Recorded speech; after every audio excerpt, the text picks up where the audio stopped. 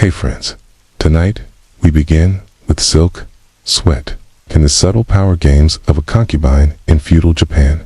Imagine being trained your entire life to perfect the art of seduction, not just in the bedroom, but in every step you take, every sigh you release, and even in the precise tilt of your wrist.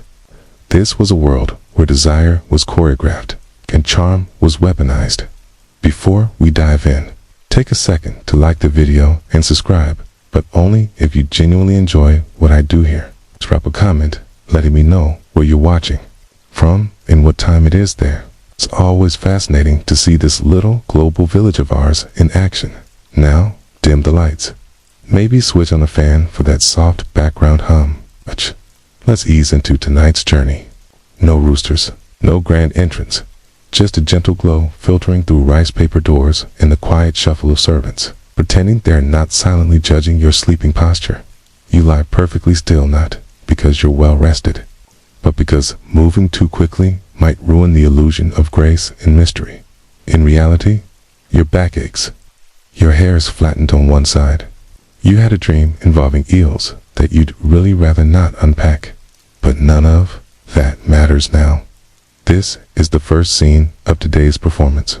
You are both the star and the stage decoration.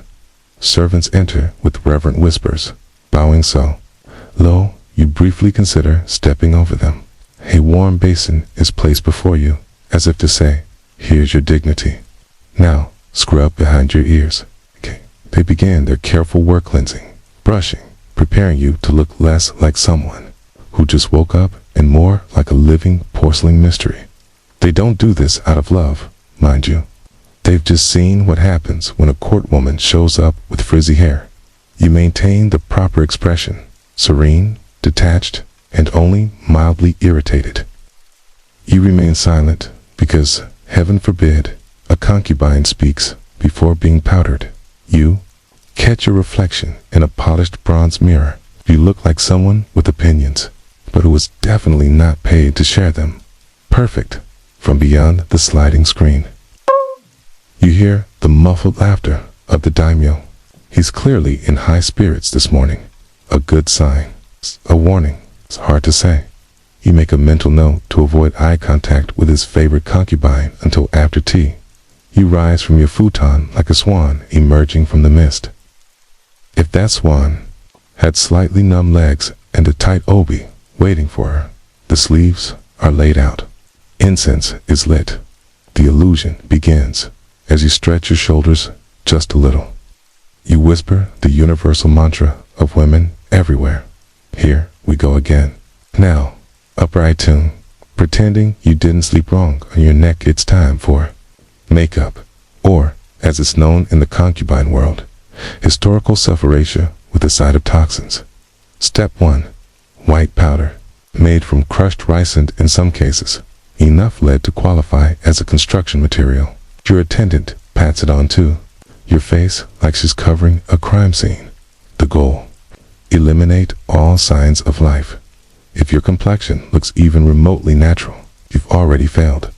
Then the neck and chest, because the daimyo muzzen tea glimpse. Any skin that doesn't look like it was painted on by a ghost.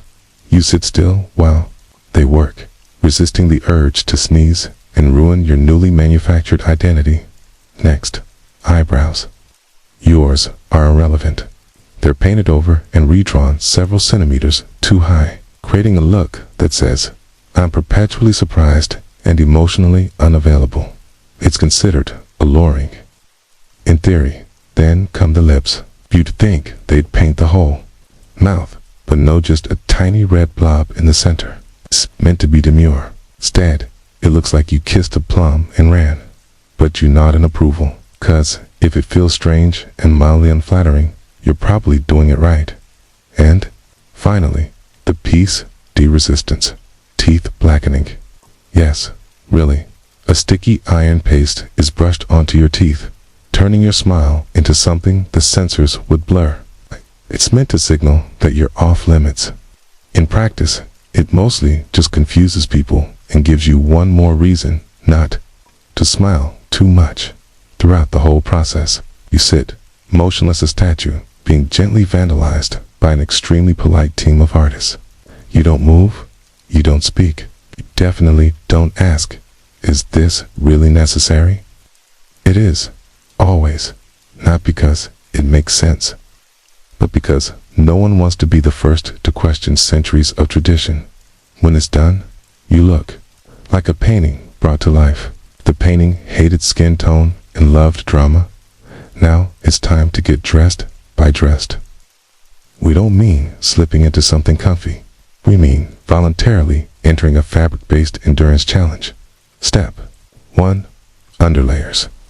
Breathable cotton meant to keep your fancy outer garments from bonding with your soul in the summer heat. They don't work, but they try. Next, the inner robes.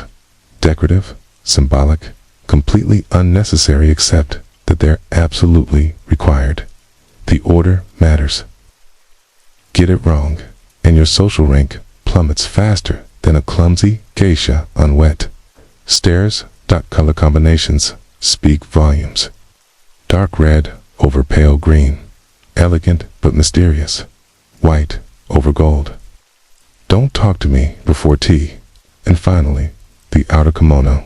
Heavier, shinier, way less forgiving. Your sleeves now trail long enough to smother a rival concubine if needed, which is precisely why no one stands to close during morning prep. Finally, the obi, the sash that ties it all together and quietly tries to murder your spine, is pulled so tight. It's a reminder, breathing freely is a luxury reserved for after sunset.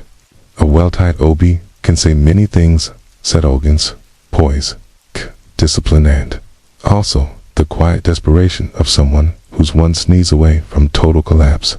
Of course, Q, don't dress yourself. Q, stand motionless while two attendants fold, wrap, tug, and adjust you like they're attempting to make origami out of a living person. They don't speak, just grunt occasionally when a fold resists their will. You've learned that grunt means hold your arms higher. By the time they're done, you've lost feeling in your ribs, but you look magnificent, like a walking imperial scroll with subtly judgmental eyes. And the best part? This is your daily outfit. You don't even have plans. You might just sit in the garden all day, pretending to read poetry. But you must look like you're ready for either a royal portrait or a surprise seduction, which, to be fair, is always a possibility. You're fully dressed now, an achievement. Considering you're wearing more fabric than a mid-sized pavilion tent. Now, breakfast, or, as it's known in concubine circles, an exercise in restraint, posture, and not dipping your sleeve in the miso. You're seated on a cushion, legs neatly tucked beneath you.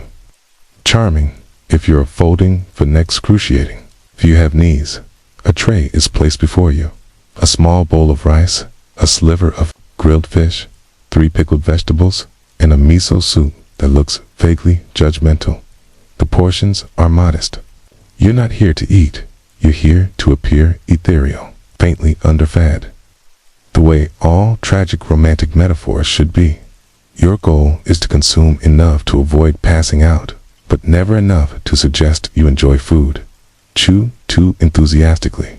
Someone raises an eyebrow. Ask for seconds. Someone raises a scroll. You eat in silence.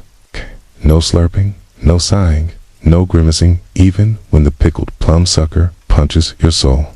Every movement must be graceful.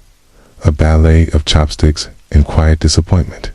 Your sleeves are enormous, so each bite becomes a feat of spatial awareness, usually reserved for swordplay. You develop techniques. Tuck the sleeve under your forearm. Lean slightly sideways and pray it doesn't drag through the soup and create a tofu tsunami across the tatami. Attendants hover nearby. They won't say a word, but they're watching. Not in a creepy way. More in a we're definitely gossiping about this later way. Every blink is noticed. Every missed grain of rice is silently filed away under mild embarrassment.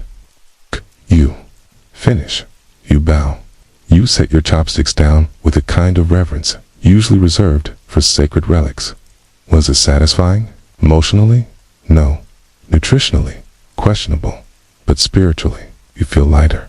That could be the food. Or the fact that your obi is slowly cutting off circulation to your spine. Now begins the concubine's primary daily task, waiting. But not just any waiting, elegant, dignified waiting. It's kind that whispers, yes, I'm entirely available this afternoon. But in a powerful way. I can't roam freely around the estate. Heavens, no. That's how scandals start. Instead, you sit in your assigned space, a tastefully minimal garden room with a painted screen, a single bonsai, and a carefully curated view of a koi pond that hasn't done anything interesting since last autumn. You sit, you wait. Occasionally, shift your posture just enough to look like you're contemplating eternity, not fighting off a leg cramp. You're not allowed to look impatient. That's for merchants and wives. Concubines wait like they're doing you a favor. This could last 10 minutes or 5 hours. The daimyo might summon you, or not. He could be with another woman, reading war poetry, or just napping on a very expensive pillow. You'll find out when someone tells you, or doesn't. To pass the time, you might compose a poem. It's not a good one, just something vaguely melancholic about plum blossoms and restrained longing. Okay, bonus points if no one can tell who it's actually about. You could also play the shamisen softly, but not too cheerfully. No one likes an upbeat concubine. The other women are waiting too, some within sight, some just beyond earshot. It's a silent competition. Who looks most serene? Whose robe adjustment was just right? Caught the eye of the messenger delivering tea to the daimyo. This is chess played with glances, posture, and whether your obi not is fashionably off-center. The hardest part is looking like you're not waiting at all. You must project that your sense of worth isn't tied to being summoned, even though it absolutely is. But you're a professional. You sigh quietly, beautifully, and gaze off into the distance sidereally, toward something poetic. Like a drifting leaf or a koi that seems equally bored. If the morning was about preparation, the afternoon is about positioning. And no, not the yoga kind. This is courtly strategy, draped in floral silk and scented with plum blossom oil. By now, other concubines are assembled. You exchange nods, shallow bows, and smiles so polished they could slice paper. This isn't friendship. This is scented espionage. Everyone's watching, one's listening.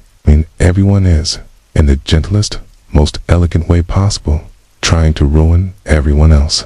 The room is calm. The tension is floral. The topics of conversation are trivial. Design Lady Iso's calligraphy has improved translation.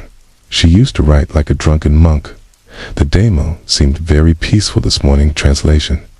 He didn't summon you, did he? And of course, the classic, you look radiant today, which actually means you look less dead than usual. Congratulations. Compliments are verbal daggers, sheathed in politeness. The sharper the smile, the more likely you're being insulted. A well-timed observation about Samyon's Camino being bravely modern can spark a week-long existential crisis. You navigate all of this with grace, or at least you pretend to smile. Gently tilt your head when listening, appear impressed by someone's haiku, even though it was clearly plagiarized from a folding screen. Then comes the moment someone mentions the daimyo. Maybe he was seen walking near the pond. Maybe he paused to examine a fan one of the other concubines left out. By accident, the room becomes still, but casually still, like no one's definitely panicking on the inside. This is when the performance deepens. You must seem interested in him, but not too interested. Confident, but not cocky. Available, but untouched. It's like trying to be a dessert that everyone wants, but no one's sure is safe. To attend through it all, you keep your voice soft, your posture impeccable, and your insults indirect. This is how status is gained, not through war, through whispers, and if you live it. Room with even one rival doubting her sleeve choice, her poem, or her sento. Done well today. You haven't been summoned yet, but hope springs. Eternal Land also sweats discreetly under 12 layers of silk. So, as the sun crawls past its highest point, and you've survived another round of eye contact diplomacy, it's time for your just-in-case bath. Not mandatory, just highly recommended in the same way it's recommended. You don't smell like anxiety and pickled radish one. Entering a daimo's private chamber. The bathhouse is quiet, steamy, and filled with the faint scent of yuzu pills and pressure. You undress with your attendants, help beckhouse. Most concubines cannot single-handedly escape the labyrinth of ties, folds, knots, and moral restrictions that, calmed with formal kimono, were once disrobed, finally free of the human upholstery. You step into the hot water for a brief moment. You are no one, not a symbol, not a strategy, just a sweaty woman in a tub, wondering if she shabbat her legs evenly enough for an aristocrat with questionable eyesight. You scrub but not aggressively. There's a technique to this. You want to be clean, not desperate. A light scent is applied, nothing too floral. You're not trying to smell like a geisha with something to prove, just alluring enough to imply you own your own fan hair. Is re-oiled skin as dusted feet are checked for calluses, because, yes, even your heels must be ready for inspection by men who haven't clipped their toenails since the last rice harvest, and all this might be for nothing. You may not be called. You may go back to your quarters and reapply all your powder, just to sit perfectly still, while composing emotionally vague poetry about ducks. But if he does summon you, and you show up smelling like stress andro tofu scandalous. So you bathe, you prepare, you become soft and subtle and diver, so mildly flammable with incense oil, because being ready is part of the game, even if the invitation never rivs, and besides, it's the best revenge on the other concubines, looking better than they do while not even trying. It doesn't happen with trumpets. There's no scroll unrolled by a herald. No dramatic gong. The summons, when it finally comes, arrives the way most terrifying things do in high society, politely, a soft knock, a bowed messenger, a single phrase. K. His lordship requests your presence. Translation. You've been Jason. Also, you have 20 minutes to mentally prepare, repowder, and spiritually detach your attendants. Spring into action. You meanwhile, attempt to look neither smug nor nauseous. After all, this is a compliment. Possibly it could mean he favors you, or it could mean his favorite is annoyed with him, and you're the understudied. Either way, tonight you're on stage. First comes reapplication, a fresh layer of powder to mask the existential dread, a tiny touch of rouge to say alive but mysterious, and a careful adjustment of your outer kimono. You switch to the more expensive one, Dion with cranes embroidered in flight, because nothing says, K, I'm worth undressing slowly like symbolic birds in gold thread. Next, K, the hair already perfect, but you goover it again just in case you add a comb, not too flashy, and dab a little extra yuzu oil behind the ears. You smell like restraint and citrus ambitionous. You walk toward his private chambers. The hallway stretches endlessly. Every step is measured, not too fast, not too eager. You are a river, not a waterfall, behind closed doors. Rival concubines pretend not to notice, but they do. Oh, they do. You reach the in-air room. Screen is slid open. You bow deeply, elegantly. You're not nervous, just incredibly aware of every inch of your body. And whether or not your lips are smudged, he greets you or doesn't. Either way, you smile faintly. You're now in character, a favorite, a diversion, a muse for the evening. No one says that's not how this works. You are here because you were chosen, and for the next few hours, you must be art, warmth, mystery, and convenience, and maybe, just maybe, unforgettable. But let's not get cocky yet. Still tea to pour, despite what the gossiping Larises might say. A concubine's evening with the demo doesn't start with disrolling. It starts with ritual, specifically a slow, fragrant disintinto flirtation, so formal it might be mistaken for a tea ceremony. With unresolved tension, you sit, not to closeted. Yet there's a lacquered table between you, a pot of sake warming silently, and enough eye contact to fuel an entire haiku anthology. He pours you a cup. That's the cue. You sip it, slowly like. It's not just fermented rice, but a coded invitation to be charming compliments. Begin both ways. His robe, magnificent. Your hair, exquisite. And the one mentions that you both know exactly how this night ends, but it's part of the charm to pretend otherwise. A conversion, drifts, poetry dreams. Sometimes a story about a hawk he once saw that looked like destiny. You nod, intrigued. And not just because his Handi's inching closer. You've heard the hawk story 3 times, but that's not the point. The point is tonight. You're the muse, even if you're also the well-trained performer. There might be music, maybe a soft melody on the shamisen, not played by you, of course. Here, busy holding the room's attention. Like a delicate fan, open, mysterious, and possibly sharp-edged, now comes to touch light. At first a hand, brushing yours, a compliment about your scent, carefully phrased too. Imply adoration, not obsession. If he's in a poetic mood, he might compare you to apple blossom caught in snow. If he's tired, you might get you look nice tonight. Either way, you smile and bow your head like he just recited love from Mount Fuji. Eventually, the formality fades. The table is moved, the lights dim, the screen doors close, and you rise slowly, of course, to follow him into the adjoining chamber. These is not transactional. This is theater, and your role to be everything yet once desirable, graceful, compliant, and memorably alluring without ever seeming like you were trying. No pressure. You just have to seduce a warlord using 3 centuries of etiquette and a strategically timed glance. Let's be clear. This isn't romance. This is a government-approved performance featuring 2 leads, 0 dialogue, and a strong supporting cast of expectations. You enter the chamber like moonlight incarnate, or at least that's the Golu Neo Bow smile. You do not trip. That was last month. You've trained for this literally months of lessons on posture, touch, breath control, and facial expressions. Instead say, yes, I'm enjoying this, without ever crossing into anything as vulgar as honesty.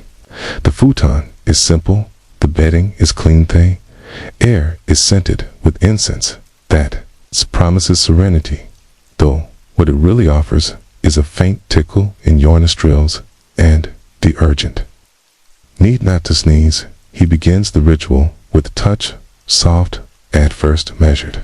He's testing the waters, or perhaps reminding himself which concubine you are. You respond accordingly, just enough to signal interest, never so much as to appear enthusiastic.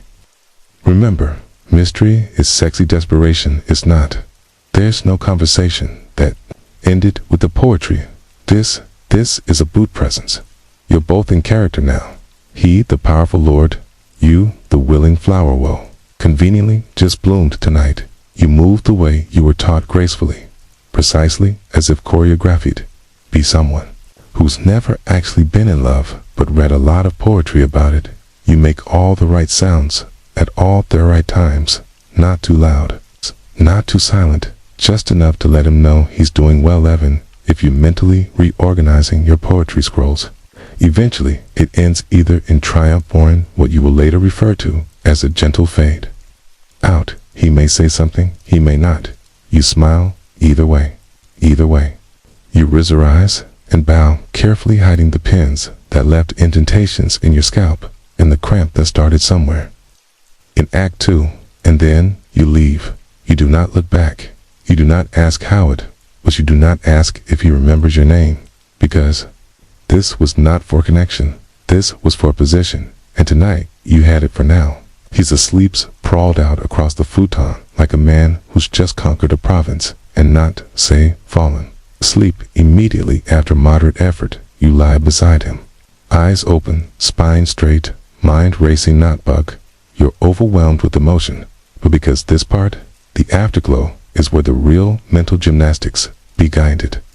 You do well. Was your hair still in place? Did he like the part where you tilted your head just so? Should you have moaned a bit more, or was that one breath too loud? These are the questions y'all want to ask. but will obsessively review. Like a general analyzing battlefield losses, you can't move yet. Leaving too soon seems cold, staying too long seems clingy, so you lie there, watching the ceiling, counting the bamboo slats, and wondering if the other concubines are awake. Probably. They can smell insomnia like wolves smell fear. The silence is heavy, not unpleasant, just full of unsaid things, unasked questions, and the faint hope that you've earned yourself a slightly better breakfast tray tomorrow. He might mumble something, a compliment. Annam, hopefully yours. You nod in the dark, even if he's already snoring like a man was never had to sleep with his dignity folded inside his obi. Eventually, you rise quietly, the graceful post-coitalics. It's a delicate thing. You gather your robe, tie your sash, and straighten your hair, just enough to look like a woman well glows from mystery. Not sweat. There's no one in the corridor, but you walk like they're all watching, because in this place, they always are. Your footsteps are soft, your face is neutral, your heart tucked away, locked up behind your very best performance. Yet, you return to your quarters. Someone has already lit the lamp. The tea is warm. You drink it without tasting it. You sit down alone, and only then do you exhale. You don't know if tonight meant anything. You don't know if he'll remember it. Oh, you, tomorrow. But at the very least, you know this. You were chosen, and in this world, that is currency, even if it only lasts until sunrise. Kana, we wake up early again, not because you're refreshed, but because concubines don't get to sleep in. That's for wives, or men, or mythical creatures with no politicalivals. The futon you fell into last night feels smaller, or maybe you're just aware of how little space you actually occupy in the palace's hierarchy. A decorative presence, Tate, wrapped in brocade and tightly controlled expectations. Your attendants enter eyes politically, voiding yours. No one says anything about where you were last night, but they all know. The scent of incense lingers faintly on your skin, and your hair is only slightly messier than the standard unapproachability of perfection. Look, they begin the process. A new powder comb fold, reconstruct the masterpiece that is your public face, which is remarkablismer to yesterday's masterpiece, with the only real difference being your increased awareness of how exhausting Bodhi actually is. The silence between you and your attendants is companionable, if also tinged with quiet judgment. One might cough ever so lightly. Another might casually mention that Lady Ko received a rare silk comb this morning. You nod. The game is back. On there's no debrief, no recap. You don't tell any now. The demo smelled faintly of plum wine, or how he said something vaguely poetic before falling asleep mid-sentence. You certainly don't mention that you're now second-guessing every moment of eye contact that would be unseemly. Instead, you sit once again in your chamber, composed, refined, preparing for another day of passive affair. Disguised as floral arrangement critiques and shamsen practice, you sip tea, you write half a poem, you stare at Akron outside the window and wonder what it feels like to fly away from all of this while wearing only one layer of clothing. By now news will have traveled. Everyone knows you are Summonite Varian is recalculating, including you, because that's what being a concubine really means. Balanza, emotion with calculation, intimacy with strategy, and desire with absolute silence. You smooth your sleeve. You breathe today. You are not the favorite, but you are still in the game and in this palace. Survival looks an awful lot like stillness in silk. You don't need ears to hear gossip in a palace. You just need functioning intuition and a decent understanding of passive aggressive phrasing. Within an hour of sunrise, your name has floated through at least 3 courtyards, 2 tea rooms, and a suspiciously loud flower arranging session. No one says it directly, of course. They say things like, how radiant Lady so-and-so seems this morning, which means she's glowing because she got chosen, and we're all pretending not to notice. I wonder if his lordship prefers traditional poetry or livelier component these days. Translation: she probably recited something dumb and still got picked. Unbelievable. You hear these things in passing snippets, whisper red bind. A fans are dropped into casual conversations like little poison seeds. It's impressive in a way, like watching trained assassins throw shade with floral metaphors. Your job: stay quiet, say nothing, smile faintly, the way a cat does when it knows something you don't. Because engaging in gossip is risky, but being the target of gossip and reacting fatal. So, instead, you vanish a little. You take longer walks, you sit slightly further from the group. You practice your calligraphy with such focus that people begin to wonder if you're either deeply enlightened or quietly scheming. Either way, good, because in the Concubine area, invisibility is a superpower. The loud ones get noticed. The noticed ones get envied. And envy here is basically a decorative dagger in a silk sheath. Yours spanned 2 barbed compliments with kindness, so polite, it's insulting. Oh, you think my robe is too elaborate? Thank you, it was a gift smile. I'll exit the scene. Survive on restrained timing and the occasional knowing glance that suggests you could destroy someone if you cared enough. And while others scramble for proximity to power, you perfect the art of subtle distance. You don't need tollways. Be in the spotlight because you are already in it. Once it starts, subtle eye for glances, slower summons. One day, the maid forgets your favorite incense. Another, your tea arrives lukewarm. The message is clear, not harsh and cruel, just indifferent. You are no longer tonight's mystery, someone else. It's just new or not. Maybe she's just had a glow up and a conveniently timed palm. Either way, she's suddenly the focus. The fan of attention has turned. And it's not pointing at you. You handle it like a professional. No complaints. No drama. Teach. A slightly longer pause before bowing to the damo and an almost imperceptible tightness in your smile when someone says, "Isn't it lovely how youthful Lady Hannah looks these days?" Of course, it is. Youth is so charming, so temporary. Now comes the test. Can you stay poised while being quietly replaced? Can you fold your hands and compliment your success's hairpin while mentally calculating how long she lasts before she trips over her own ambition? This is the unspoken part of the job. Not just being chosen, but being unchosen gracefully. The fall from favor is not a scandal, just a shift in the tide. You're still in the palace, still dressed like a painting, still performing, but the spotlight has moved. And now, you have to survive in the shadows without looking like you care. You still show up to the garden, still compose poems, still sit perfectly still during afternoon tea while everyone tries to read into the way your cup trembles. But the truth is, you do care, of course.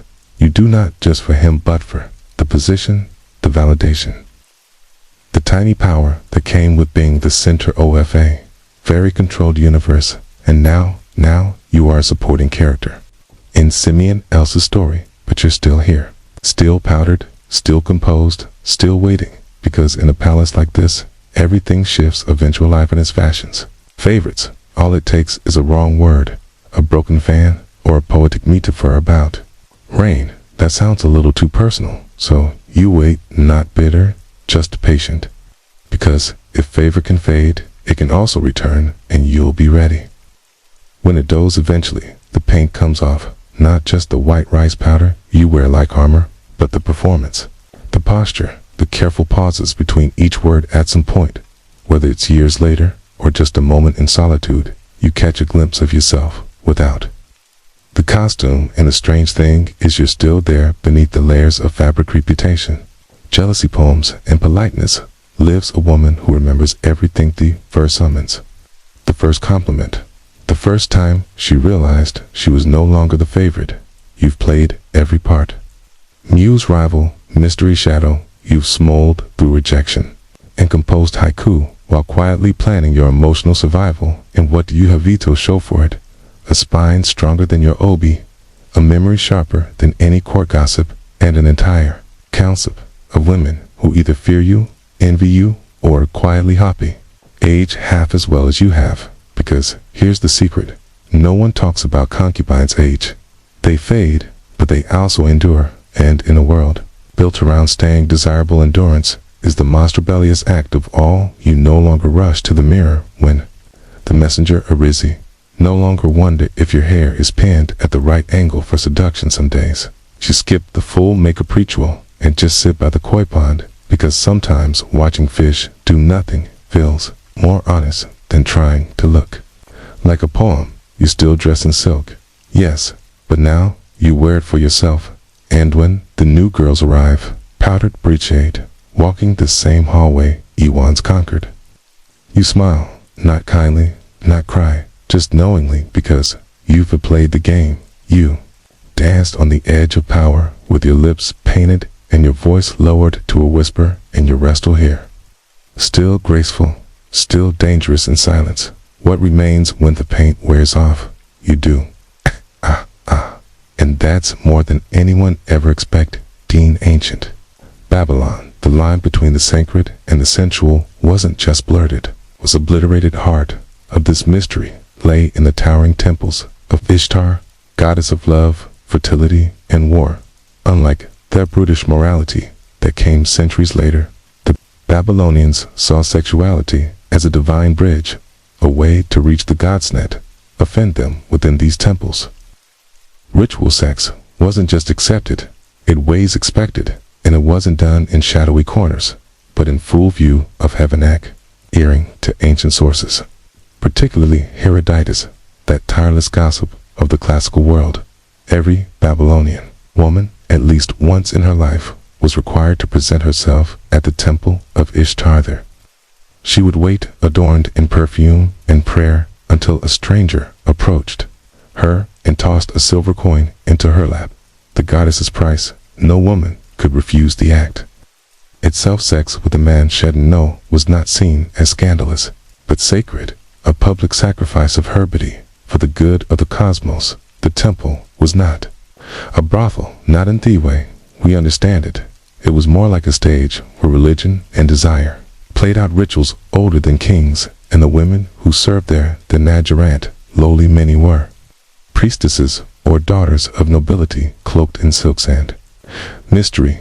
Their duties were spiritual, ecstatic, and yes, sexual. The idea wasn't cool and utterly radical. By engaging in sex under the gaze of the gods, fertility was invoked, divine favor, Wazwan, and cosmic order was maintained. The land would bear crops. The rivers would flow, wombs would swell. It wasn't sin, it was sacred ecology. But let's not romanticize it entirely. Even in antiquity, not everyone agreed with this so-called sacred sex. Later Mesopotamian rulers would try to distance themselves from the practice, perhaps out of moral reform or political pressure. But for a brief golden window in Babylon's history, the body was not a vessel of shame. It was the altar, and the whispering walls of Ishtar's temple still echo with those long-forgotten moans of worship. If Babylon turned sex into sacred duty, the ancient Greeks turned it into theater. One with masks, wine, and secrets. At the center of this was Dionysus, the god of wine, ecstasy, and jewelry, and nothing captured his spirit quite like the Dionysian mysteries, private initiation rites, where participants sought to dissolve the boundaries between human and divine. These weren't sure typical temple visits. The mysteries were held deep in groves or hidden sanctuaries away from the public. Only the initiated could enter, and what happened inside was closely guarded. Outsiders speculated about wild orgies and drunken chaos, but the truth, as always, is more complex. Participants, men and women, alike, prepared through fasting, music, dance, in long processions. They wore masks and animalskins, and sometimes nothing at all. The point was to shed your social identity, ego, even your name, for a few hours. You weren't a merchant, a servant, or an oboe. You were part of something primal, something older than the city walls. Sexual energy likely played a role, not as entertainment, but as a symbol of rebirth and unity in a society where most of life was highly structured. These rites allowed for a controlled collapse of order. They promised catharsis, a temporary breakdown of barriers between man and woman, rich and poor, mortal and God. But it wasn't just a wild night in the woods. The mysteries were said to for deep transformation. Those who returned claimed to have touched the divine, to have glimpse of something beyond reason, and indeed, many initiates described a feeling of renounced if the chaos had burned away their illusions. Of course, not everyone. Approvet philosophers, like Plato, distrusted these ecstatic rituals, fearing they would lure people away from logic and discipline. But for many Greeks, the Dionysian mysteries were a necessary counterpart to their rigid public lives. They offered something temples and politics could not: emotional truth. And that's Deki. These rituals weren't about scandal, they were about transcendence. By embracing the wildness within, the Greeks believed they could access something sacred and ancient. Fertility wasn't just about crops or childbirth, it was the very lifeblood of the kingdom, and no river symbolized that better than the Nile. Each year, its floodwaters would rise, spreading rich silt and life across the land. The Egyptians saw this as a divine act, a sacred union between sky and earth, and these celebrated it with rituals that were anything but subtle. One of the most intriguing festivals ushered in honor of the god Men, a deity of fertility, agriculture, and masculine vigor. His statues left little to the imagination, often shown with an exaggerated, permanent sign of virility. Men was not just a symbol of life, but offertancy. At his annual festival, crowds would gather to watch the pharaoh himself participate in a ceremonial harvest, cutting the first sheath of grain as an offering to the god.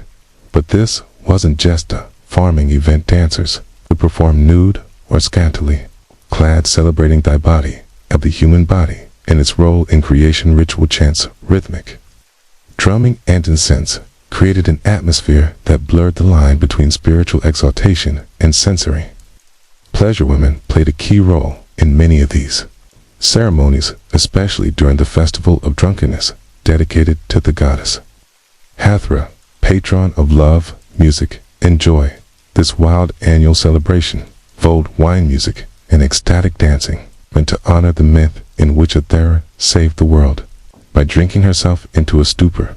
Participants believed that by reenacting goddesses' drunken joy, they were restoring cosmic balance, bringing chaos into order. Were there sexual undertones? Almost certainly, but they weren't seen as taboo. The Egyptians didn't view sexuality through the lens of guilt or shame. For them, it was part of natural cycle, as vital and sacred as the flooding Nile. In fact, some healing temples even included rituals where fertility problems were addressed, not just with herbs, but through symbolic acts involving touch, suggestion, or sacred roleplay.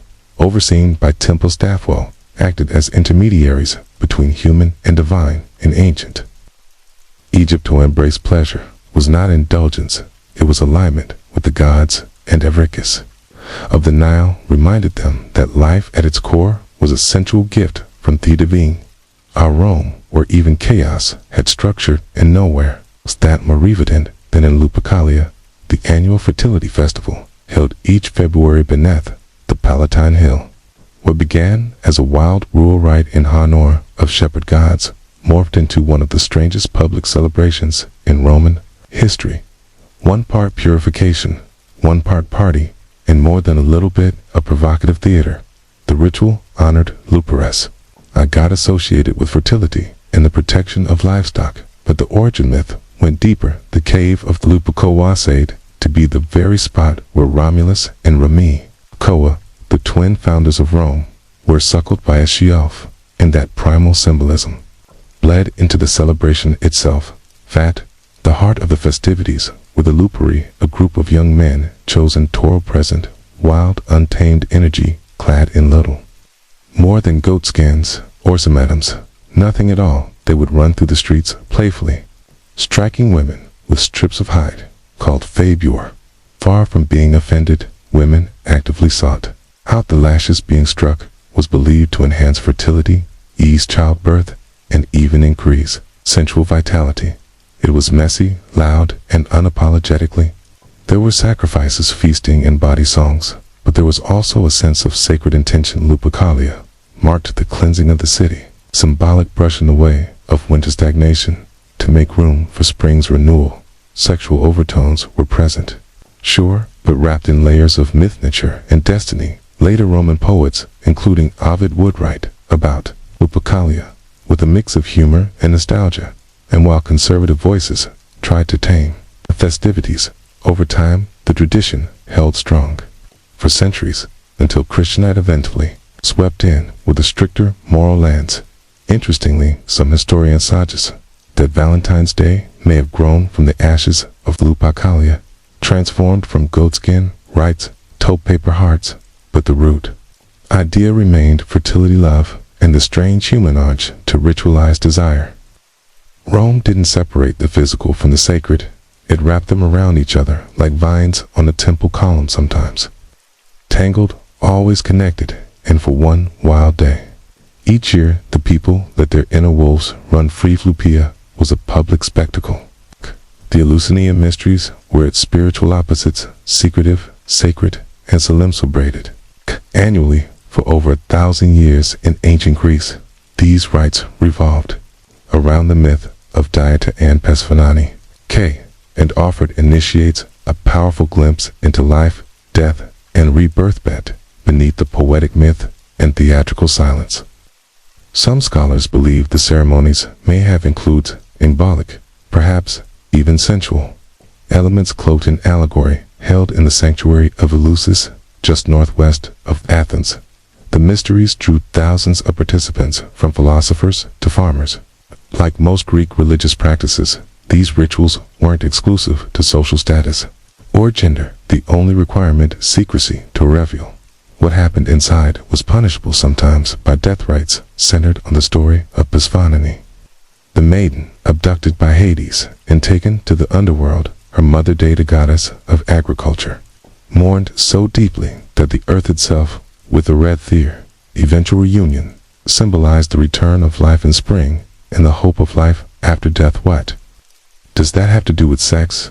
Potentially everything. The myth itself is deeply symbolic: abduction, descent, reunion, and fertility. Some scholars argue that the secret climax of the Eleusinian mysteries involved a dramatic reenactment, possibly including a ritualized union between actors playing Persephone and a divine male consort. Whether literal or purely symbolic, the experience was said to be overwhelming emotionally, psychologically, and perhaps physically. Participants fasted, walked interest-lit processions, drank a mysterious potion called Kakon, and entered the telesterion, the inner chamber, where thefanal rites occurred.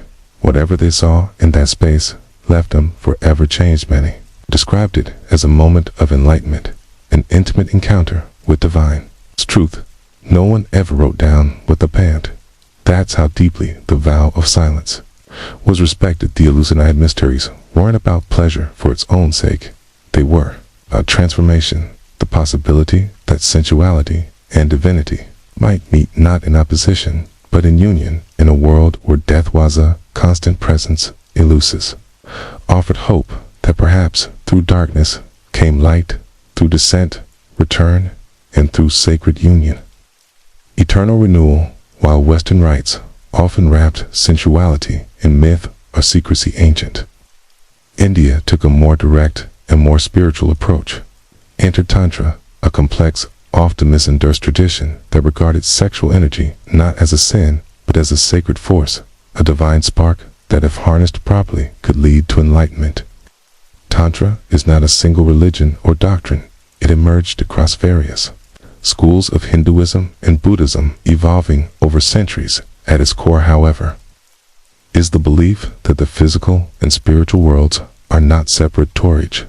The divine one doesn't escape the body, one fully inhabits it. Some tantric sects developed intricate rituals designed to transform everyday acts, eating, breathing, even intimacy, into paths toward liberation. Among the most famous and most controversial of these were the tantric sex rites, which involved carefully structured encounters between partners. These weren't about indulgence, they were sacred ceremonies performed with meditation, breath control, and chance. Every movement had symbolic meaning. Every moment was intentional. The mala represented Shiva's stillness, consciousness. The female embodied Shakti energy creation. Their union mirrored the merging of opposites. The eternal dance between chaos and order, spirit and matter. The goal wasn't pleasure, but transcendence. A glimpse of divinity through the lens of desire bent. Let's clear up a common myth. Not all Tantra involved sexual rituals. In fact, most tantric practices were deeply aesthetic chanting visualizations. Yagin, intense focus, were central. The sexual aspect, when present, was just one way among many and often shrouded in layers of symbolism that made its meaning difficult to decode. Thought, said some texts, like the Kama Sutra, often mistaken for a mere manual of physicians, were rooted in the same world view. Pleasure wasn't condemned, it was steadied, refined, and placed within a larger spiritual system. In medieval temples, such as Kajuro and Karnak, sculptures of intertwined lovers adorn the stone walls, not as decoration, but as declaration. The path to the sacred runs through the senses. To ancient tantrics, desire was not a distraction, it was fuel, and when lit with wisdom and reverence, it could burn a path straight to the heart of the universe. Before Babylon, before Egypt's golden dynasties, there was Sumer, one of the world's first civilizations. In its bustling temple complexes, particularly in the city of Uruk, the roots of sacred sexuality were already growing. At the heart of it all was the goddess Inanna, later known as Ishtar, and in her enigmatic priestesses, women whose bodies were vessels for divine power. These women were not ordinary prostitutes. They were known as Hiru Sakart servants. Heterosexuality was ritualized, honored, and seen as part of cosmic order. In Sumerian texts and hymns, Inanna is described as a passionate, sensuous deity who celebrated love, fertility, and pleasure. Her temple ceremonies reflected this ethos. The merging of the spiritual and physical into a single holistic form of worship. One of the most fascinating rituals believed to have taken place was a sacred marriage rite. Each year, during the New Year festival, the king of the land would symbolically marry the goddess to a high priestess. The ceremony involved music, offerings, poetry, and according to many scholars, physical union. This wasn't seen as mere spectacle. It was the centerpiece of the Citus Renwell. By reenacting the goddess's divine union with her lover Dumuzi, the was legitimized, the crops were blessed, and the cycle of life was renewed. Even outside this major events, sacred sexuality was part of the rhythm of temple life. The priestesses of Inanna were trained in music, dance, incantation, and the arts of love for those who sought spiritual purification or divine favor. Union with a hierogel was thought to bring healing, insight, or fertility. It was a rite, not a transaction. The role wasn't without complexitism. These women held powerful positions and lived within the protective walls of the temple, while others may have existed on its periphery, vulnerable to exploitation. Over time, Skage faded, and later empires painted these practices in less favorable light, collapsing the divine into the profane. But in ancient Sumer, divinity wasn't something to repress. It was a channel through which the divine flowed like river water across fertile earth. And in the sacred chambers of Inanna, love was more than emotion, it was ritual. Far from the temples of the Near East and the mystic rituals of India, the ancient Celts celebrated fertility with fire, freedom, and forests. Their sacred festival was called Beltane, held on the eve of May, a liminal time between spring and summer, when the boundaries between the natural and supernatural blurred. It was a celebration of life, growth, and desire, and it was anything but modest. The Celts believed that the world pulsed with spiritual energy, spirits in trees, river stones, and during Beltane, the energy of reproduction and rebirth reached its peak. Large bonfires were lit across hilltops, symbolizing purification and protection. People would dance around the flames, leap through the smoke for blessings, and even leave stick between twin fires to guard them from illness in the coming season. But it was what happened after the firelight dimmed, that gave Beltane its legendary reputation. Unmarried men and women would venture into the woods together for what was known as greenwood marriages. These were temporary unions, free from societal rules, and often consummated under the stars. It wasn't considered scandalous, quite the opposite. These encounters were viewed as sacred acts aligned with the fertility of the earth. To join with a partner on Beltane night was to participate in the cosmic rhythms of nature, to mirror the union of the Earth Mother and the horned god, the divine masculine and feminine. Some accounts suggest that even married couples might briefly suspend their vows for the night, not out of infidelity, but out of reverence for tradition and renewal. Children conceived during Beltane were sometimes called children of the fire, believed to be blessed with strength and vitality. It was a festival where rules softened, desire was acknowledged, and life itself was celebrated in its rawest form. There where no temple's nature was the altar, the forest, the bedchamber, the flame through witness. With the arrival of Christianity, many of these practices were condemned or suppressed, but echoes of Beltane survive in modern May Day rituals, folk dances, and quiet whispers of the old ways. By the time Christianity spread across Europe and the Near East, the sacred sexuality of the ancient world faced a quiet extinction.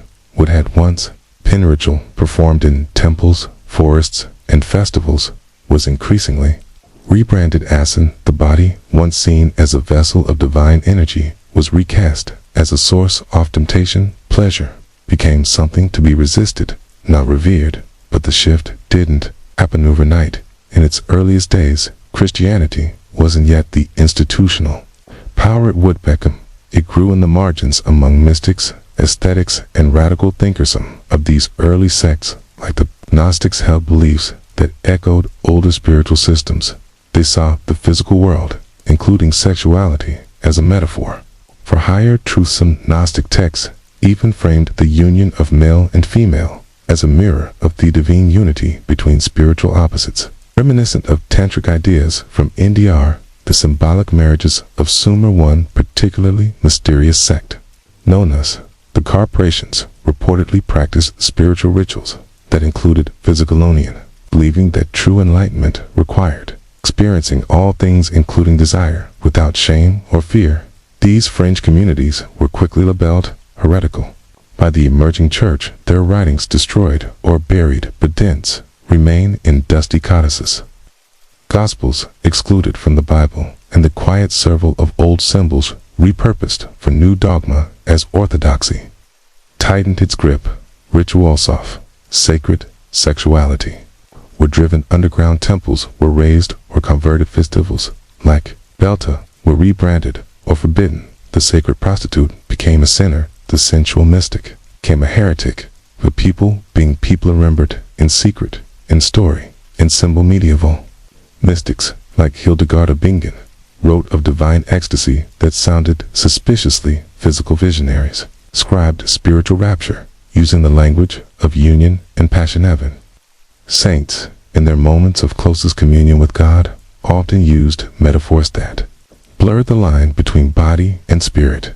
And so the sacred initiate transformed what began in the groves of Eleusis, in the chambers of Inanna, and in the forests of the Celts never truly died. It went underground, into poetry, into dreams, into memory, because while temples can be destroyed and rituals forbidden, the human longing to merge the physical with the divine, that's eternally the shadowed corridors of ancient Athens, where reason was supposed to triumph over vengeance. Poison was handed down in a cup in 399 BCE. The philosopher Socrates, one of the most influential minds in Western thought, was sentenced to death, not by sword, nor by oxal, but by hemlock. It was a strange trial from the start. Socrates, a man who owned no property, wrote no books, and claimed to know nothing, was accused of corrupting the Alpha and introducing new gods. In truth, he had become a thorn in the side of the Athenian elite, questioning authority, mocking self-proclaimed wise men, and teaching his students to do the same. His very method, asking relentless questions, was seen not as education, but as sedition. The court offered him alternatives. he could suggest a lighter punishment, a fine exile, anything but. Socrates, as stubborn in death as in life, refused to beg. Instead, he proposed something absurd, that he be rewarded for his service to Athens. The jury was not amused to sentence death by Hemlock. Hemlock was no dramatic assassin's blade. It was clinical efficienta, though slow paralysis that began in the limbs and crept upward until it reached the heart. No blood, no screams, just silencing the final day, surrounded by friends and students. Socrates was cheerful. He bathed, said goodbye to his children, and took the poison with calm resignation. As the cold numbness reached his legs, he continued to speak about the immortality of the soul, discussing death not as an end, but as a transition. His followers wept. Socrates did not. He died with his mind intact. A final lesson in control, conviction, and principle. He could have escaped. His supporters had arranged it, but he chose to obey the law, even unjust. One believing that undermining the city's order would do more harm than his death. And so, Athens rid itself of its greatest critic, not with chains or torture, but with a cup of tea brewed from a lethal root. And killing Socrates didn't silence him. They made him immortal. Hemlock didn't stop his voice, amplified it through time. When you think of Cleopatra, you likely pictured the seductress queen, draped in silk, whispering Latin to Julius Caesar and Greek to Mark Antony. But beyond the politics and poetry, Cleopatra was also a student of science, particularly toxicology. Wasn't just beautiful, she was dangerous in ways few suspected. As ruler of Egypt, Cleopatra had access to one of the greatest libraries of the ancient world, and within those scrolls were secrets, not just of the stars and gods, but of poisons, venoms, and their effects, the body and mind. She reportedly maintained a personal laboratory and Devon conducted experiments on prisoners, testing various concoctions to observe which toxins killed quickly, which caused agony, and which left no trace. She wasn't cruel for the sake of cruelty. In her world, poison was politics. It was preparation. Cleopatra didn't trust blades or battles to do the job. When a drop of venom could faster, quieter, and more precise. Assassination by poison was the scalping, the toolkit of rulers, and Cleopatra was a surgeon. She studied Niceta strychnine, hemlock, and 8. She experimented with mixtures of snake venom and herbs. Some poisons caused hallucinations, others mimicked illness. Some killed within moments, others took hours, allowing time for confessions or blame to be redirected. And then, of course, there's the ass, the snake she supposedly used to end her own life. Legend says that when Octavian, later Augustus Caesar, conquered Egypt, Cleopatra refused to be paraded through Rome as a captive. Instead, she clasped Anest venom to claim her. But even this death is debated. Some historians believe she may have swallowed a fast-acting poison hidden in a hairpin or ointment. After all, Cleopatra would have known which poisons caused convulsions and which brought a graceful death. The asp may have simply been the perfect symbol.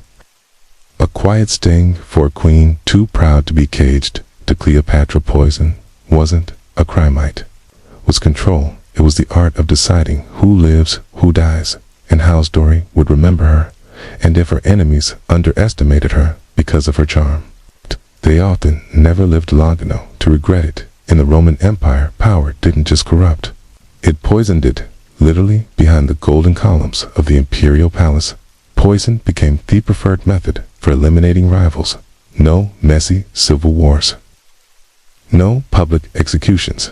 Just a cup of wine, a bowl of figs, and a corpse before dessert. The emperors were no strangers to betrayal, and few trusted their own inner circles. In the 1st century CE, under the rule of Emperor Claudius, poison entered its golden age, thanks to one woman.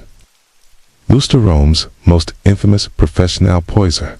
Lusta wasn't just some shadowy figure in a back alley with a vial. She was a trained expert, practically a chemist by ancient standards, who served the political ambitions of the powerful Wenagrana.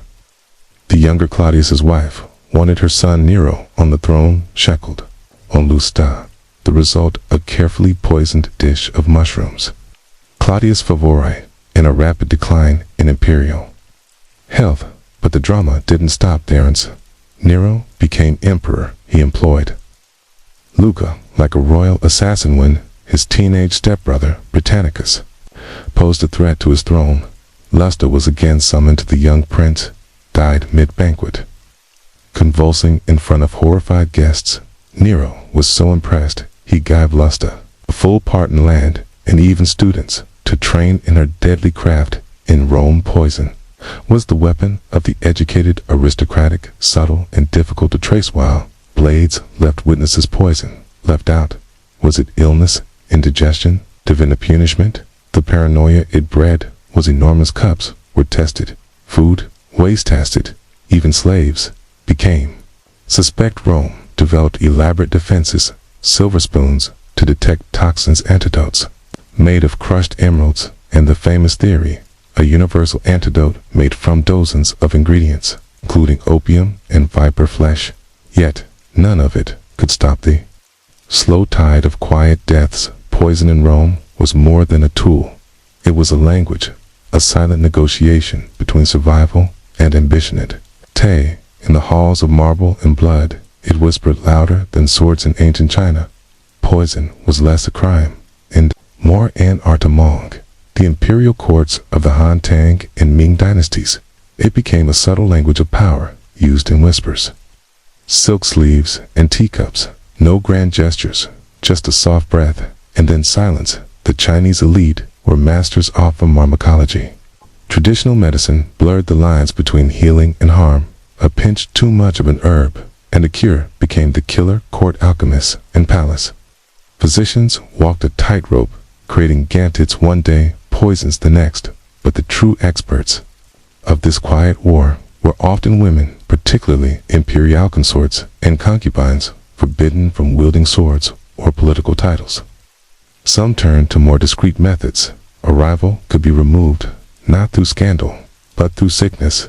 The empress Dagger might never raise her voice, only her eyebrow in days. Later, a challenger would be coughing blood in bed. One infamous example is Empress Lu Ji of the Han Dynasty. After securing power, she systematically eliminated threats to her rule, including rivals within the harem. Her methods were grim, including poisoning and slow mutilation. She wasn't just feared, she was legendary ruler who used medicine not to heal the empire, but to bend it, even beyond the palace walls. Poison was a feared political weapon. Assassins of secret societies, like the Five Poison Sect, were rumored to coat blades with toxic herbs or split lethal tinctures into ceremonial wine. Poison wasn't just effective, it was theatrical. A statement, it said, "I can reach you, even here." Because of this, China developed one of the most advanced systems of poison detection in the ancient world. Officials test meals with silver chopsticks, believing they would tarnish in the presence of arsenic. Imperial kitchens beck mini laboratories, not just for flavor, but for safety. In China, poison-wise, impulsive, it was precise. Ritualistic, a chess move, not a brawl, and though rarely seen it. Ruled dynasties, just as surely as emperors did. In ancient courts of India, there existed a tale so chilling it sounds like mythology, yet appears in royal texts, legends, and political treatises. These were the Vishakanas, or poison maidens, women whose very bodies were said to be lethal, not because they carried daggers, but because they weareth dagger. The legend says that certain young girls, chosen at a very early age, were slowly fed minute doses of poison, day after day. Drop by drop, their bodies would build immunity, but in turn, their blood, sweat, and even breath became toxic to others, especially lovers. A kiss from a Vishakana, it was said, could mean death. Intimacy wasn't passion, it was execution. This practice allegedly began under Chanaka, a cunning strategist and royal advisor to Chandragupta Maurya around the 4th century B.C. Chanaka was a firm believer in espionage and psychological warfare. According to Arthashastra an ancient political manual attributed to him. Poison was not just a tool of war. It was a tool of statecraft. Enemies could be seduced and slain without raising a single sword. Where the Visha real? That's still debated. Some scholars think they were metaphorical symbols of seductive danger, cautionary tales against courtly temptation. Others argue there may have been real attempts to create suck assassins through gradual poisoning, a practice known in Aveda in ancient medicine as Vishakramavin. If they were a legend, the fear they invoked was real. Foreign dignitaries where warned meals were tested, and any beautiful stranger arriving at court might be seen not as a gift but a threat. In silk poison in India wasn't always hidden in goblets. Sometimes it wore jewelry, smiled sweetly, and danced in royal courts. And this idea that beauty could kill fed centuries of intrigue is suspicion and countermeasures. What made the Vishakana myth so terrifying wasn't just the poison, it was the intimacy of the danger. Death didn't ride into battle, it leaned in close and whispered. If ever a king saw threats in every shadow, it was Herod's great ruler of Judea under Roman authority in the 1st century B.C. Man of grand architecture, brutal politics, and deep insecurities, Herod didn't trust swords alone to keep him on the throne in his court. Poisoned was paranoia made liquid. Herod's reign was infamous for its violence, but notable of his executions were public spectacles. Some were private, very private. As his power grew, so did his fear of rivals, of Roman suspicion, and most tragically of his own family. His wife, Mariam, a Hasmonean princess of noble blood, was once the love of his life, but Herod became convinced wrongly that she plotted against him. She was executed. So were her mother, her grandfather, and eventually his own sons. According to Josephus, the ancient Jewish historian, Herod had Mariam's sons poisoned in secret under the guise of Roman justice. They were popular legitimate heirs with royal Jewish blood, and that made them dangerous. Herod couldn't allow any future coup to have a noble figurehead.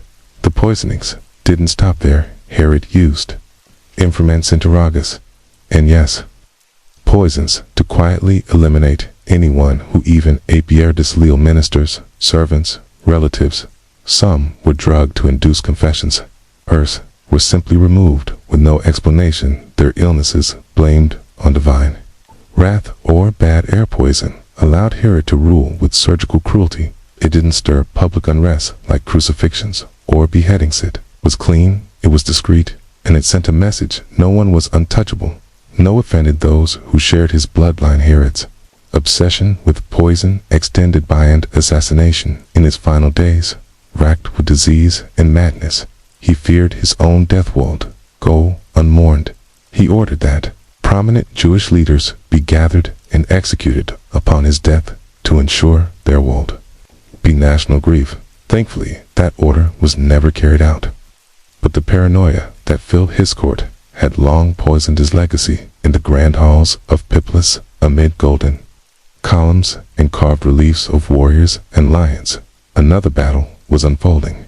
One not of armies, but of whispers and goblets. In the Ambient Empire, where kings ruled continents, poison became a tool of refinement.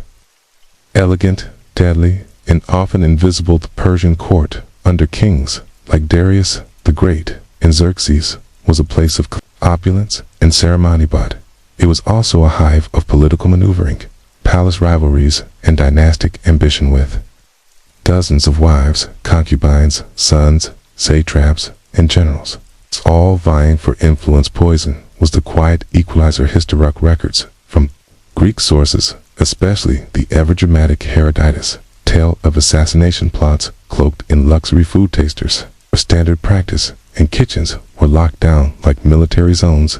The mere suspicion of poisoning was enough to see a cook or cupbearer executed on the Spotoni. Infamous figure was Baghoza, Persian eunuch and court official who rose to immense power under Artaxerxes III in the 4th century B.C. According to accounts, Baghoza poisoned not just his enemies, but the king himself, and then installed a puppet monarch, only to poison him too when he proved difficult. Begoers controlled the court, not through armies, but through apothecary jars. Persian knowledge of herbal medicine was side-fence, and so was their understanding of toxins from ate to arsenic. They experimented with subtle agents, slow-acting substances that mimicked natural illness, or fast ones that struck like lightning. Poison wasn't just a method of execution. It was an art form of discretion. Best in Persia, power was built on appearances. To kill publicly was to risk scandal. But poison let the empire breathe easily while its enemies died quietly in their beds. A noble would go to sleep feeling victorious and never wake. Even Alexander the Great's death, which occurred shortly after conquering Persia, was rumored told from a poison derived from Eastern knowledge slipped into his wine during a banquet in Babylon. Whether true or not, the suspicion reveals the reputation Persians held for invisible warfarin. The Ammid Empire kings reigned through image, wealth, and order, thoughtless, theatrical, than the palaces of Rome or the harems of Persia. Ancient Israel and its surrounding cultures did no taxes outside the reach of poison. In fact, the Bible contains several curious references to deadly herbs, tainted drinks, and divine tests involving toxic brews, suggesting that poison was known, feared, and sometimes used as proof of guilt or innocención. Of the strangest examples comes from the Book of Numbers, where a ritual called the ordeal of bitter water is described. If a man suspected his wife of adultery, he could take her to a priest who would mix holy water with dust from the temple floor and force her to drink it. The idea was simple. If she was guilt-tied, this cursed drink would swell her belly and curse her womb. If she was innocent, what happened? This wasn't just divine intervention. It was an early form of trial by poison, a dangerous liquid used not to kill outright, but to provoke a reaction and extract truth. Elsewhere in Scripture, poison appears more metaphorically, but still with dark weight. In Deuteronomy, the land of Israel is warned against worshipping false gods, with threats that the people's food and water would be cursed. Gall and wormwood, both known in antiquity for their bitterness and toxicity. In Job, poison is compared to injustice seen in the Psalms. The wicked are said to have poison under their tongues, a symbol of deception and deadly intent. There's also Herod, who appears in the New Testament and whose reputation for poison we covered earlier, linking biblical history with the greater story of toxic politics in the ancient world. While we don't see dramatic assassinations by poison in the core biblical texts, the awareness of its power was certainly there. The Hebrews lived among empires where poison was a courtly art, and they adapted their own legal and spiritual interpretations to fit that dangerous reality across the empires of antiquity, from the halls of Athens to the sands of Egypt, from the palaces of Rome to the forests of Indione.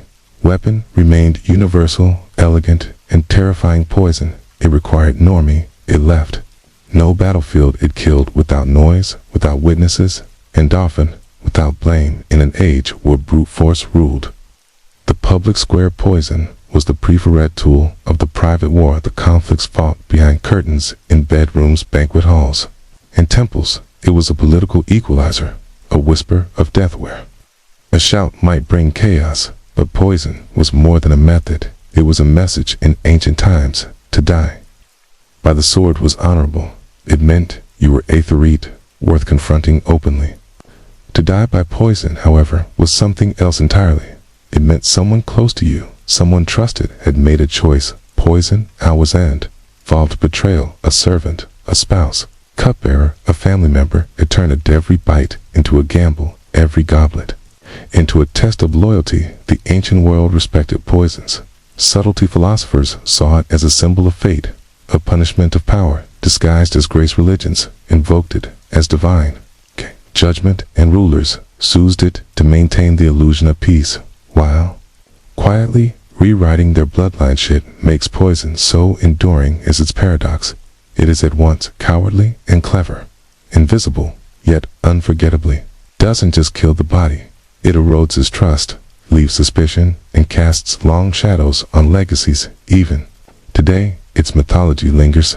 The hemlock of Socrates, Cleopatra's asp, the poison figs of Claudius, the Vishakhana's of Indiathes, are more than deaths. They are parables, reminders that in the theater of power, the deadliest actors are often those who never take the stage. Poison has no Facino voice, no armor, but in ancient history, shaped dynasties, rewrote successions. Sand whispered through every corridor of power. It was, and still is, the perfecta sand. It all began with wood dust and ingenuity. Along the banks of the Nile in ancient Egypt, land of pyramids, priests and precision, protecting one's possessions, was more than practical.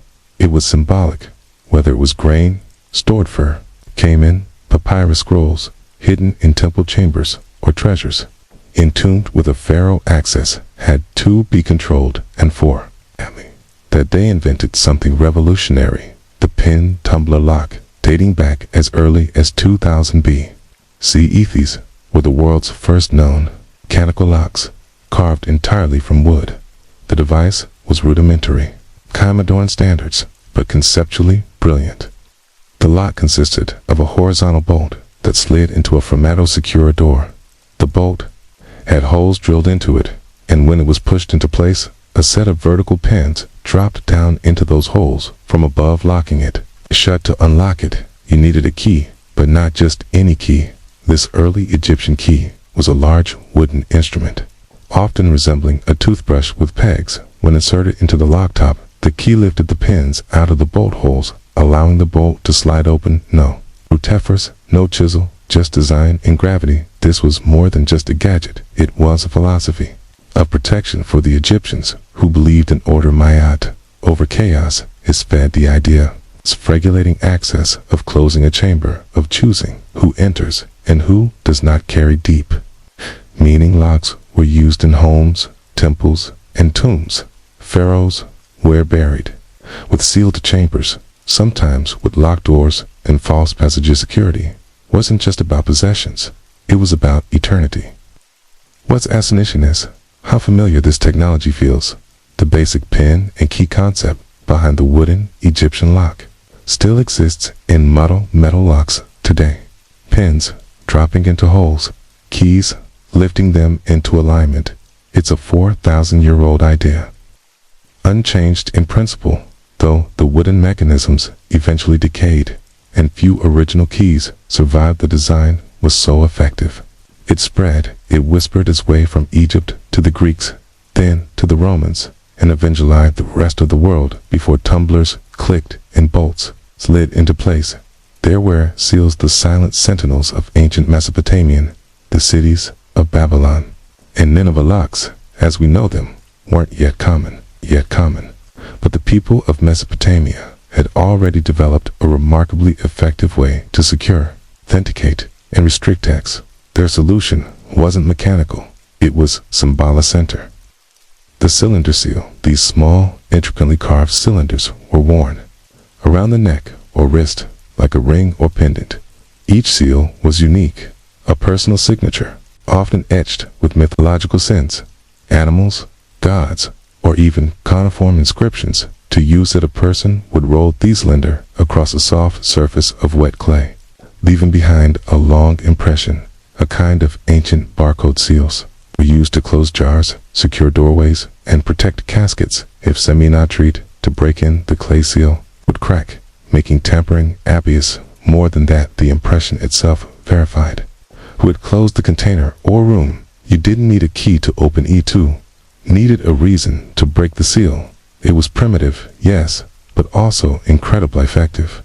In a society where reputation and official marks carried enormous weight in temples, priests sealed sacred storerooms with their personal sigils. Merchants sealed contracts.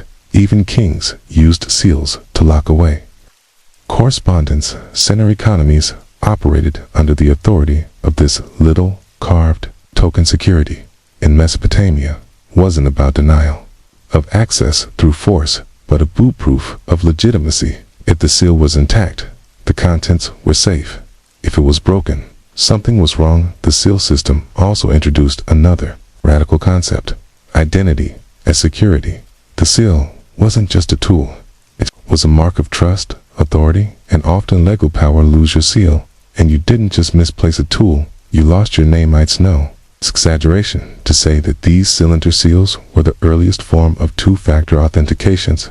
A password, not a pin, but a physical artifact that said, "This is mine, and Danley, I have the right to open it." While the Mesopotamians relied on seal sand, the Egyptians mastered wooden pin locks. The ancient Greeks brought a new kind of craftsmanship to personal security with their growing cities. Private homes, temples, and treasuries. The Greeks began to develop more compact, durable, and practical locking mechanisms, and with them came the rise of the locksmith. Specialized trade in the ancient world. Greek locks were a step forward from Egypt's bulky wooden designs.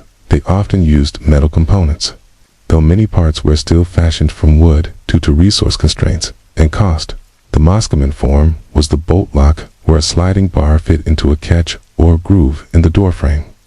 It was secured in place with a metal pin or peg and could only be released using a specially shaped key, often made of bronze or iron. But Greek keys weren't the small pocket versions we know today. These were long cowl-shaped rods, sometimes nearly as long as a human forearm.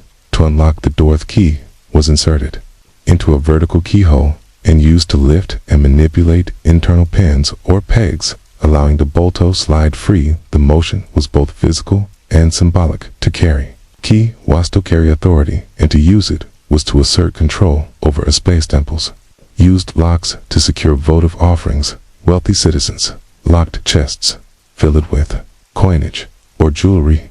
Even public buildings had secured archives and storerooms. The technology wasn't widespread.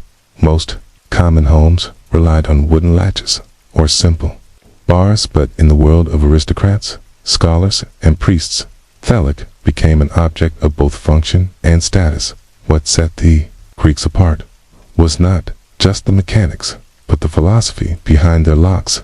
Security in Athens, especially, was tied to property rights and citizenship. A lockador meant privacy, ownership, autonomy, and the locksmith was no longer a mere artisan. He was a technician of trust in an era defined by public debate and private drama. The Greek lock was the silent partner, keeping secrets safe behind oak doors and stone vaults. If the Greeks laid the groundwork, the Romans refined it. By the height of the Roman Empire, locks were no longer experimental. They were everywhere, in homes, in temples and shops, and on the wrists of slaves. The Romans brought structure to everything they touched. Roads, laws, armies, and security was no exception. Roman locks become smaller, stronger, and smarter. They used metal components, primarily bronze and iron, which meant these locks lasted longer and were harder to tamper with. The most common type was the warded lock system, where only a key with the correct notches could rotate within Thalic to move the bolt. The wards were fixed internal obstacles, and if your key didn't have the right cuts, it simply wouldn't turn. This led to the invention of the skeleton key, a stripped-down key that could bypass the wards in simpler locks. Romans loved this trick, so did thieves, but the real marvel was the Roman puzzle locks. Small, intricate telegraphed mechanisms often built into boxes or chests. These locks required not just the right key, but sometimes a sequence of movements or pressure points to unlock. Some even used false keyholes to throw off wood intruders. These were the ancient world's version of a combination safe. Roman keys themselves were often small and elegant, sometimes worn as rings. A convenient blend of utility. Annually, it was common for Roman citizens to wear their keys on their fingers as a status symbol. If you had a key, it meant to own something worth locking up. Interestingly, some locks were also placed on slave collars marked with inscriptions like "If found, returned to master." These locks weren't protecting treasure. They were enforcing ownership, chilling, but a reminder that security in Rome wasn't always about valuables. It was also about power. The Roman Empire's approach to locks wasn't just practical, it was personal. Keys were made to fit your lock and no one else's. They protected not just gold, but letters, heirlooms, recipes, and sometimes secrets. While the West refined its keys and bolts, The East was quietly crafting elegant mechanical marvels of its own in Nanchand.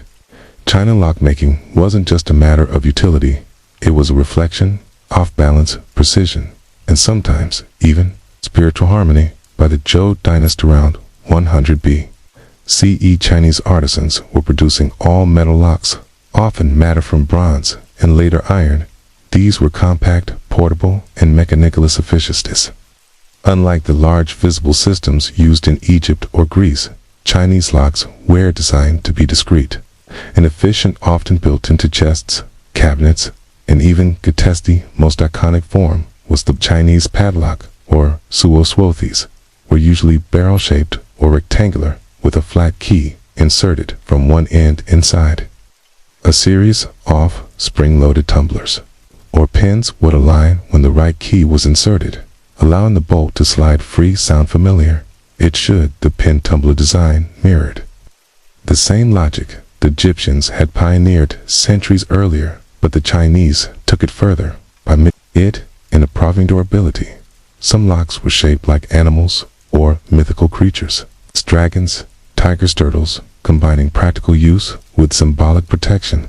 A tiger-shaped lock on your chest wasn't just security, it was spiritual defense. The design conveyed power, guardianship. Often luck. China also developed trick locks, early versions of puzzle locks that required multiple steps or deceptive angles to open. These weren't just used to guard money or jewelers and officials. Stored important documents, calligraphy, or family heirlooms in locked boxes that couldn't be opened by someone who understood the mechanism. Security was about intellect, not just ownership. Locksmith became a respected trade. Some artisans kept their techniques secret, passing them down through families. Others innovated new forms that traveled along the Silk Road. Influence and security systems as far as the Middle East. In the heart of ancient India, amid temples, scrolls, and intricate palace corridors, security was treated not merely as protection, but as art, ritual, and sometimes even spiritual safeguard. Thought India's ancient locks haven't survived in as large numbers as Roman or Chinese counterparts. References in Sanskrit texts and archaeological finds suggest that by the time of the Maurya Empire, around 300 BCE, mechanical locks were not only in use, they were evolving in clever and culturally distinct ways.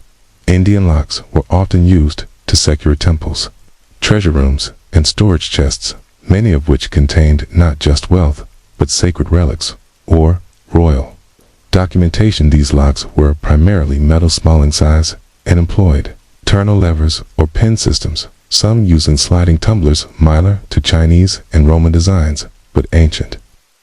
Indian ingenuity took a special turn toward camouflage security. Carved wooden panels in temples and royal palaces would sometimes conceal hidden compartments or false drawers protected by secret trigger locks that only a select few knew how to operate. A push in the right spot, a twist of a carved leaf, and a panel would spring open or shut. Some of these mechanisms still baffle modern restorers, built with such precision and mystery that they border on architectural riddles.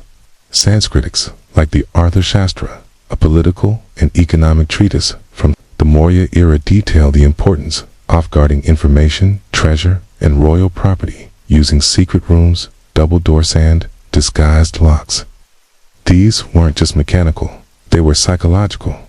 The idea was not only to keep intruders out, but to prevent them from even realizing something needed. Protecting locks in India were also deeply symbolic. A temple gate might be locked, not just for security, but as part of a ritual cycle. Append only on auspicious days. Certain lock designs incorporated lotus flowers, serpents, or sacred geometry, acting as both deterrent and blessing. In Indian philosophy, protection wasn't always about confrontation. It was about redirection, illusion, and wisdom. In the misty forests and icy fjords of ancient northern Europe, locks weren't simply tools of convenience. They were statements of territory, symbols of ownership, and at times charms against the unknown. The Celts, whose societies flourished across Iron Age Britain and Gaul security was more practical than ornamental. Their homes and granaries often relied on heavy wooden bars, iron door rings, and sliding bolts, yet archaeological digs at Celtic sites have unearthed padlocks and keys, often simple in design, but made with surprising precision. Early evidence of soft, iron-forged, warded locks. Much like those used in the Roman world, it's likely that these technologies spread through contact with Roman traders or occupying force bed for the Celts. Protection wasn't always mechanical. It was spiritual homeware, guarded with charms, symbols, and ritual markings on thresholds to ward off not just thieves, but spirits. A locked door may have kept out raiders, but a carved tristle or hanging amulet was meant to keep out mischievous fairies or vengeful ghosts in their worldview. Security wasn't just physical, it was cosmic. The Norse too took locks seriously, especially when it came to storage and seafaring. Viking ships and chests were often equipped with iron padlocks designed to withstand weather, theft, and sabotage. Some Norse keys were found with burial goods shaped like serpents, axes, or even miniature Thor's hammers. These were both functional tools and symbols of authority. To carry a key was to on command and protect. Women in Viking society often held the keys to the household. Quite literal, archaeological squinks show women buried with elaborate key rings and belting lockpicks. In a way, the key wasn't just about entry, it was status, trust, and identity. Interestingly, Norse mythology itself touches unlocking and unlocking. The gods used runes to seal doors. Ascertain spells were designed to bind or unbind fate, echoing the symbolic power of locks beyond the physical world. So while the North may not have had the ornate puzzle locks of Rome or the philosophical elegance of China, their locks told their own story, one forged in iron tradition and superstition. As the Western Roman Empire crumbled, the Byzantine Empire rose in the East, carrying forward Roman engineering and its love for locks. But Byzantium did just preserve ancient designs, it refined them, combining Roman mechanics with Eastern elegance while passing on security technology into the Islamic Golden Age. Byzantine locks were often miniature masters. Their padlocks, shaped like animals, crosses, or abstract patterns, were made from bronze or iron and used advanced ward systems that required precisely cut keys. Many Byzantine locks incorporated rotating bolts, spring-loaded mechanisms, and false keyholes, laying the groundwork for modern puzzle locks.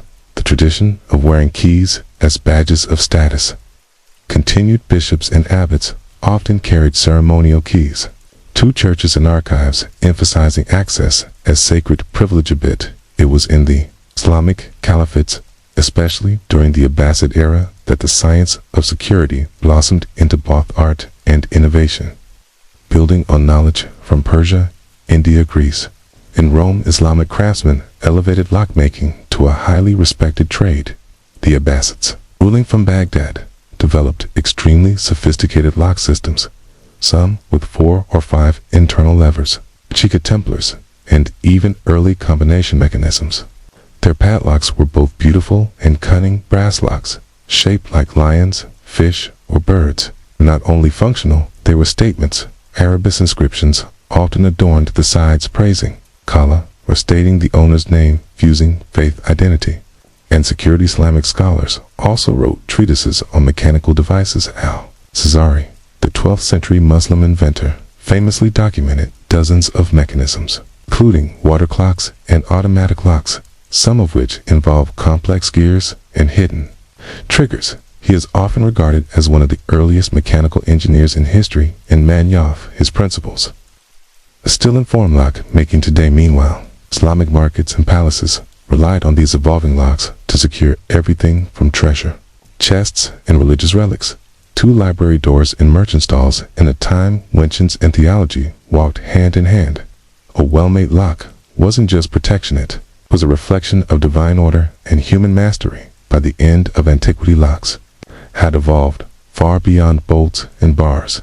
They had become symbols of civilization itself, tools that reflected a society's vaults, fears, and ambitions, whether forged in iron, carved in wood, or hidden behind sacred geometry. Ancient locks weren't just about keeping things out, they were about deciding who got to comb in, from the wooden pin tumblers of Egypt to the mechanical puzzles of Byzantium. Every culture added a layer to the story. Each key held power not practical, but psychological, to possess. Aki was to hold authority, access, and often secrecy. Locks told you who ruled at the house, who controlled the grain, had the right to touch the scroll opened shrine or enter the tomb. And as technology advanced, so did the theatrics of protection. False keyholes, hidden compartments, locks shaped like lions, or wrapped in inscriptions. These weren't just defenses, they were messages. They said, I am valuable, I am protected, I know something you don't. Even more fascinating is how locks were shaped by, and in turn, shaped human behavior in cultures that valued hierarchy. Locks reinforced boundaries in societies with fluid trade and diverse populations. They protected marketplace homes and temples from mistrust and theft. In religious systems, they safeguarded the sacred, not just from humans, but from the impure, the unworthy, uninitiated. And then there's the paradox. The more advanced locks became, the more lock pickers followed. Just as every civilization developed better security, others learned how to bypass it. The cat and mouse game we know today, it started thousands of years ago in a Mesopotamian grain vault or a Roman merchant's chest. Ultimately, ancient locks offer more than a glimpse into engineering. They give us insight into the human condition, our desire for safety, our tendency towards suspicion, our need to draw lines between public and private, and our relentless drive to protect what we value. Because even in the ancient world, a locked door wasn't just a barrier, it was a declaration, a quiet, enduring whisper that said, this matters, this is mine, and only I may open it.